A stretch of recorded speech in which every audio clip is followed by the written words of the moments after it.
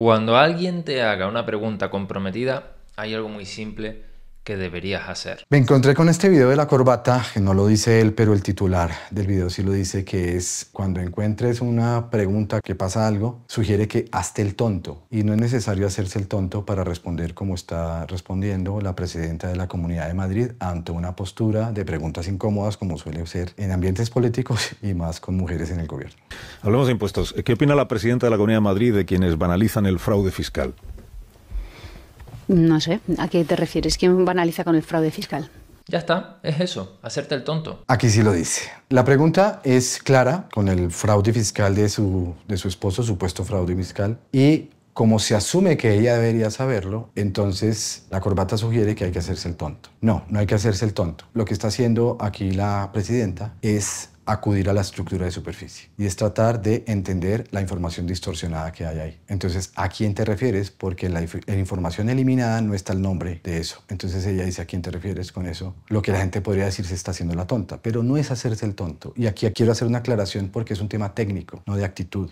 Es técnica. No hay que hacerse el tonto para poder acudir a la estructura de superficie y responder tal cual como las preguntas vienen. Y entre nos hay mucha gente que le cuesta hacerse la tonta. Primero porque o es tonta o porque no lo es. Y aquí quiero hacer ver un accidente también de la comunicación, y es: a veces le pedimos a gente cosas que no puede dar porque no lo tiene. Ante la sugerencia de hazte el tonto y tú compras la idea de hacerte el tonto, el peligro de hacerte el tonto es que te pesquen haciéndote el tonto, porque demuestras incongruencia. Si no eres tonto y te haces el tonto y no tienes dominio congruente de tu cuerpo, tonalidad y texto, se te va a notar que estás haciéndote el tonto. Pero acá quiero recalcar: no hay que hacerse el tonto. Hay que saber muy bien cómo viene la estructura de superficie. La presidenta pregunta sobre las palabras como están siendo dichas. Y tiene un juego de estatus interesante. Primero, porque es la entrevistada en un alto cargo de gobierno. Y segundo, porque instala un silencio tensionante antes de responder, y responde con una pregunta. Y aquí viene el pensamiento tonto de la sociedad que dicta: no hay que responder con una pregunta. Por supuesto que hay que hacer preguntas ante la pregunta antes de responder. Luego, una pregunta puede ser una respuesta. Lo que pasa es que no la estás dando tú. ¿A qué te refieres? Esto te puede parecer una soberana tontería, pero es el mayor error que veo que cometen los profesionales con los que trabajo cuando intentamos mejorar sus negociaciones. Normalmente, cuando nos hacen una pregunta incómoda, nos lanzamos de cabeza para aclarar el tema lo antes posible. Ayuso... En parte estoy de acuerdo. No, normalmente nos lanzamos para aclarar si hubiera algo que aclarar, o para defender una postura. Yo lo llamo, más que aclarar, es defender una postura. Si te sientes señalado con la postura, tiendes a aclarar, porque te lo tomas personal y te das por aludido. Pero si acudes directamente a la estructura de superficie, no es necesario hacer eso de defender nada, sino preguntar, preguntar y preguntar hasta entender, y ahí sí decidir qué respondes. Es muy posible que ante tanta pregunta, la persona que hizo la pregunta, si tuviera un interés genuino, responda a todas. Si no tiene un interés genuino de agregar valor con tu respuesta, sino solo ponerte en aprietos, se cansa de tanta preguntadera y va a empezar a decir: el que entrevista soy yo, respóndame la pregunta. El que entrevista soy yo, respóndame la pregunta. Y esto póngalo en la W Radio o en cualquier emisora del planeta. ¿Quién banaliza con el fraude fiscal? Le pide que sea preciso y no responde hasta que sabe que todo el mundo ha entendido la misma pregunta. Ella en realidad sabe que le están preguntando por ella y su pareja, pero no responde sin antes asegurarse. Pues, por ejemplo, quien trata de hacer pasar un presunto delito por fraude fiscal por una simple multa que se paga porque se ha demorado uno en el pago de una deuda tributaria. Bueno, eso va por mí. ¿Lo dices por mí o...? Efectivamente. Ah, vale, pues pregúntame directamente. Es evidente que el entrevistador se pone en aprietos tratando de camuflar un interés concreto, y es señalarla a ella de algo. Y empieza a dar vueltas con la pregunta, como para ponerla en un tema un poquito más suave. Y ella es más práctica, porque lo que no es capaz de hacer él, es capaz de hacerlo ella, diciendo: ¿te refieres a mí? A lo que él responde: sí, por supuesto. Te has podido ahorrar la pregunta y preguntarle directamente a ella. Eso entiendo que, si no está bien intencionado, puede ocasionar un dolor, pero en este caso creo que es mucho más prudente y más asertivo decir: tú eres la que está haciendo esto, respuesta binaria, en lugar de dar tanta vuelta para que te tires un poco de tiempo para que ella descubra que lo que está queriendo es que tú la estás señalando. No es necesario. ¿Te has dado cuenta de lo que ha hecho el entrevistador? Ha intentado aclarar la pregunta sin decirle que se refiere a ella. Pues pregúntame directamente. Y con esta pequeña frase, esto es lo que consigue Ayuso. Lo primero es que trata de poner a la audiencia de su parte al señalar que las intenciones del entrevistador no están del todo claras.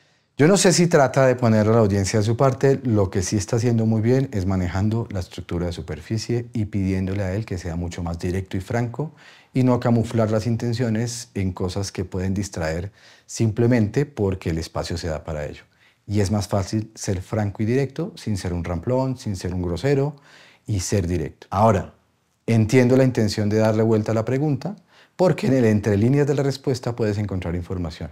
Pero entre más clara sea la información y precisa, sobre todo en esos contextos donde hay dineros del Estado de por medio, pues ser concretos es fundamental. Y si lo que quieres es ganarte audiencia por señalar al político, pues está bueno preguntarle si es ella la que se está robando el dinero o no. Puede que responda que no, pero está siendo mucho más concreto. Le permitiste a ella darle la vuelta y demostrarte que tienes una incapacidad de manejar las respuestas que tú considerabas como que no, porque es una postura condescendiente.